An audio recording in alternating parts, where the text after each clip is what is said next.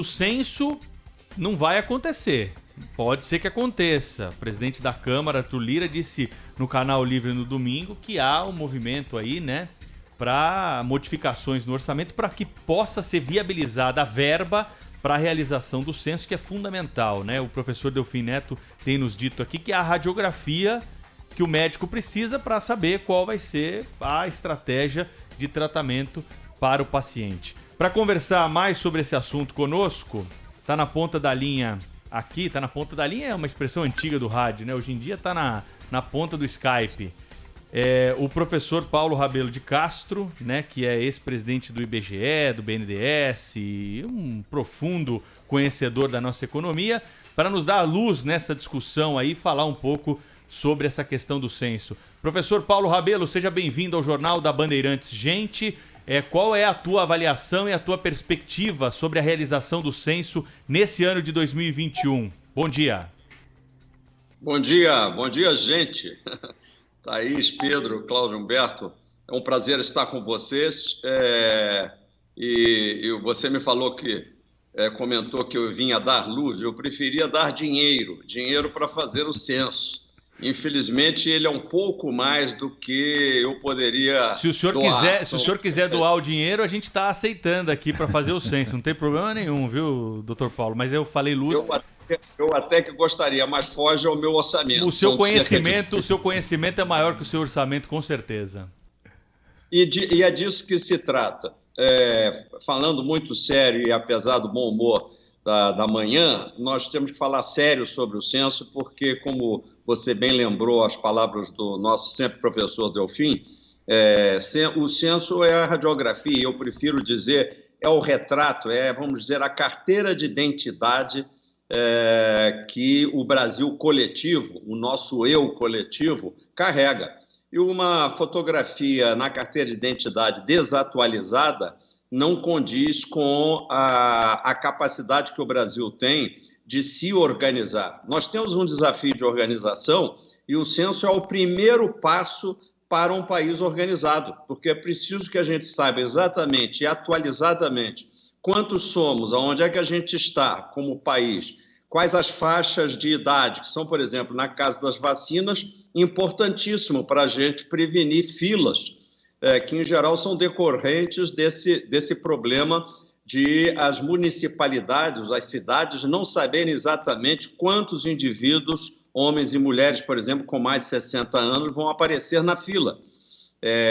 Fora a desorganização de que padecem algumas cidades, um problema das filas na vacina é decorrência da desatualização das informações quanto às faixas de idade dessas populações em cidades que cresceram mais do que o censo, do que o IBGE está estimando hoje em dia. Portanto, é fundamental fazer o censo.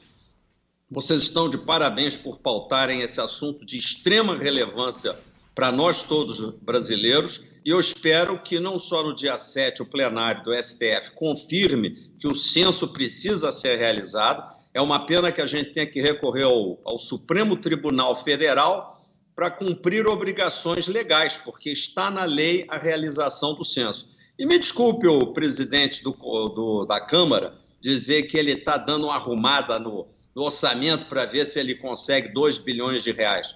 O Congresso acabou de aprovar mais de 300 bilhões de déficit.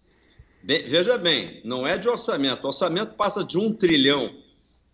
300 bilhões são só o déficit. Isso significa dizer que o custo do censo seria menos de 1% do déficit que eles já aprovaram. E, portanto, eles comeram mosca, sim. Eles foram ignorantes por cortar a verba do censo. Eu atribuo isso não à má-fé. Ignorância, santa ignorância dos nossos parlamentares.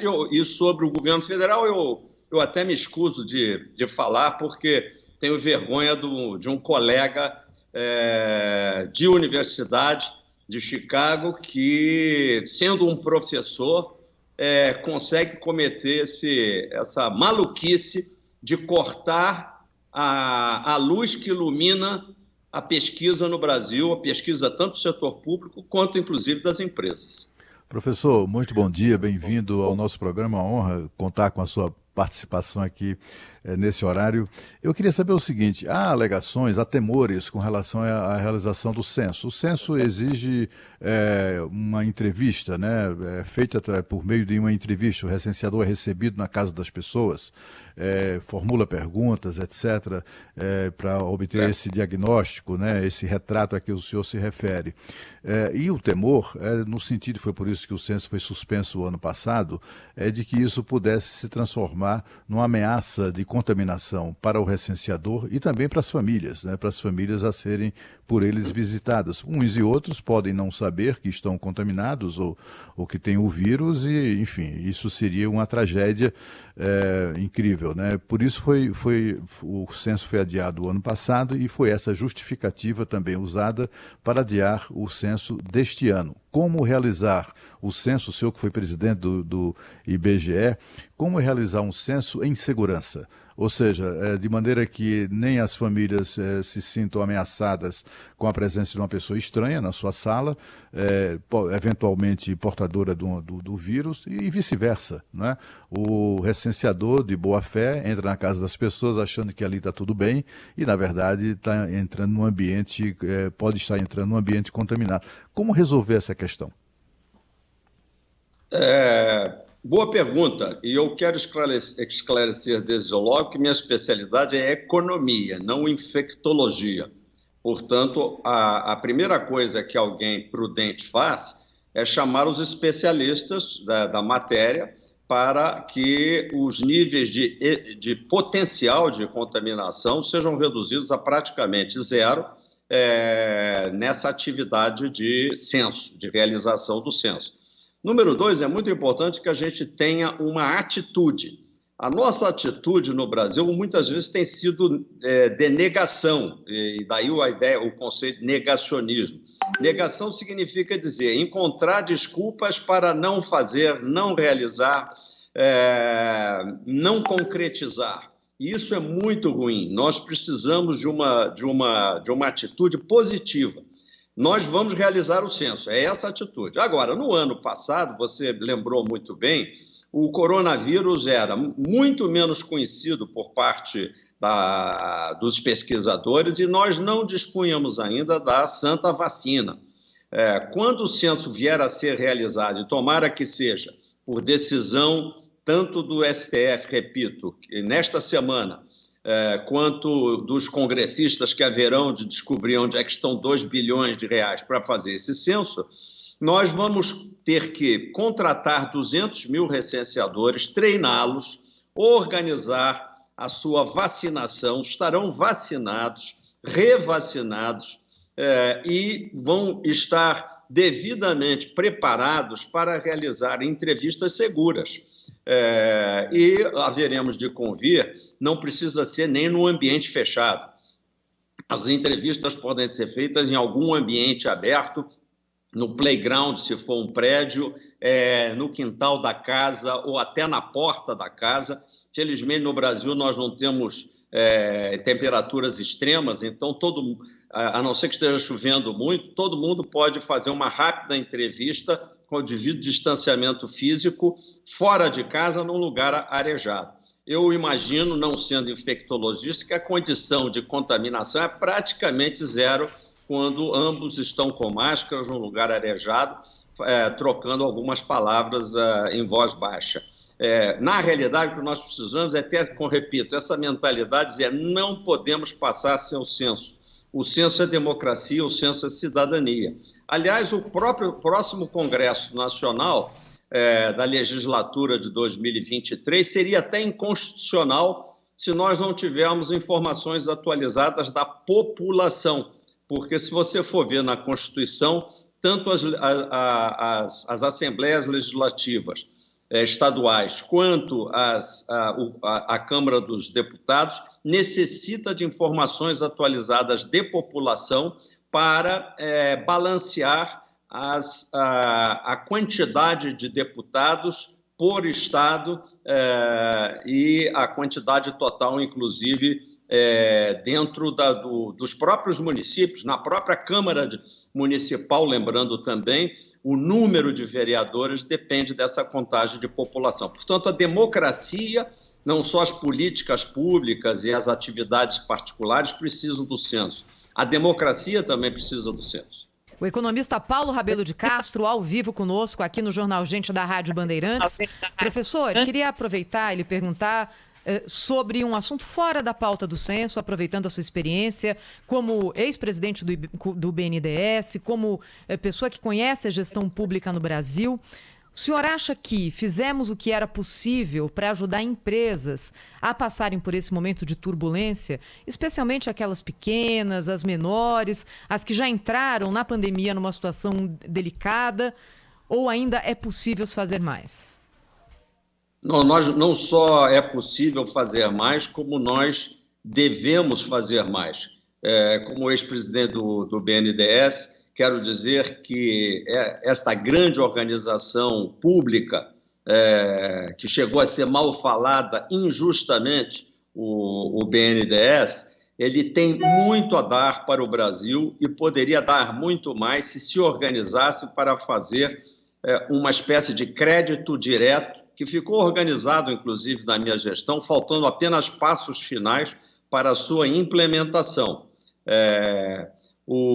Nós, no momento de pandemia, Thaís, não podemos ficar dependendo só dos bancos privados para a concessão de crédito em condições favorecidas. O governo chegou também a liberar alguns poucos bilhões dessa linha, mas está claro pelas estatísticas de evolução do crédito total, inclusive no setor público, no BNDES, que a evolução foi praticamente vegetativa, quer dizer, o crescimento do crédito logo antes da pandemia para o momento atual não reflete mais do que a rolagem dos próprios juros sobre a quantidade de crédito pré-existente, ou seja, não houve um esforço de estender a mão para essas micro, pequenas e médias empresas.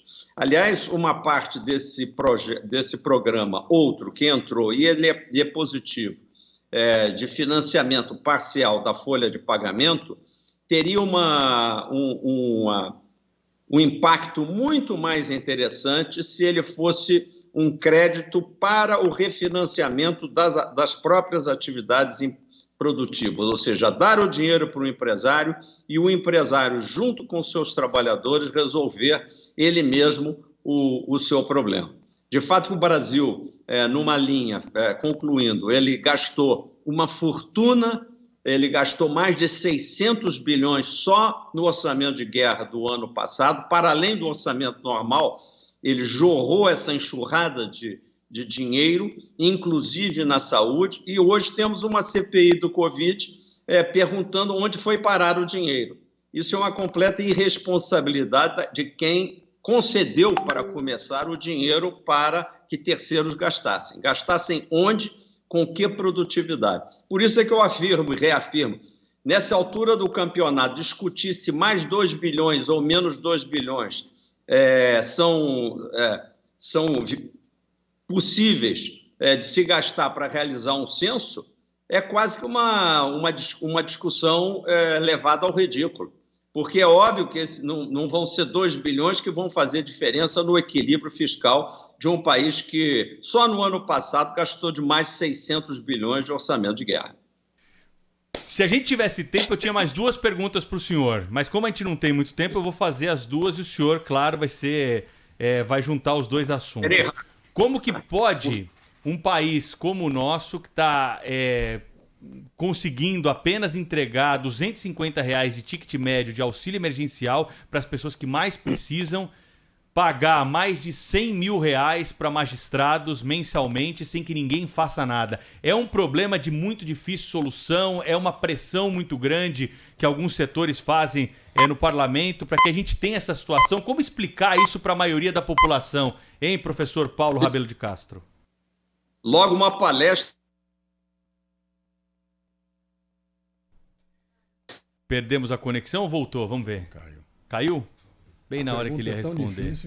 Até o sistema não... Ele já ia preparar a palestra que a gente Vamos ver, Juliana, se a gente retoma rapidinho o professor Paulo Rabelo de Castro na sequência, só para responder essa questão para a gente encerrar a entrevista com ele. São 9 horas da manhã. Rede Bandeirantes de Rádio.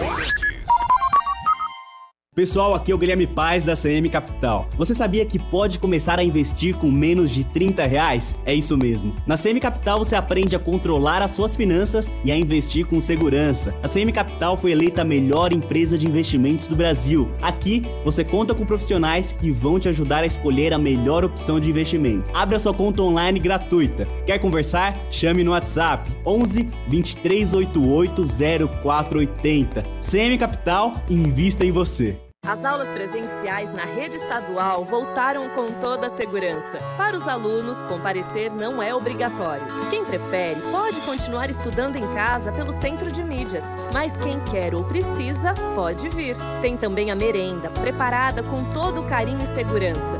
Mesmo sem aulas presenciais, nunca faltou merenda no estado de São Paulo para ajudar os que mais precisam. Esperamos vocês. Use máscara. Governo de São Paulo. Estado de respeito. Trânsito. Oferecimento Braspress, a sua transportadora de encomendas em todo o Brasil. Em São Paulo, ligue 2188-9000. Sobrevoando agora a chegada a São Paulo pela rodovia Regis Bittencourt, bem carregada aqui na região do Largo do Taboão, com aquela sequência de semáforos que deixa o trânsito muito pesado por ali, entre o 271 e o 269. Depois, já na Francisco Morato, nesse trecho pelo menos a condição é melhor. Quem sai no sentido de Curitiba aqui pela Regis vai bem. TIM Live Ultra Fibra. Já pensou ter uma internet uau na sua casa? Contrate agora mesmo e navegue com 400 MB de ultra velocidade. Estamos de volta aqui com o professor Paulo Rabelo. Vou repetir a pergunta para quem ligou o rádio agora, professor. Como pode um país pagar mais de R$100 mil aí, muito acima do teto, né, para magistrados, servidores, e falar que só tem R$250 para quem está passando fome no meio da pandemia? Essa injustiça começa quando nós temos um país onde o Supremo Tribunal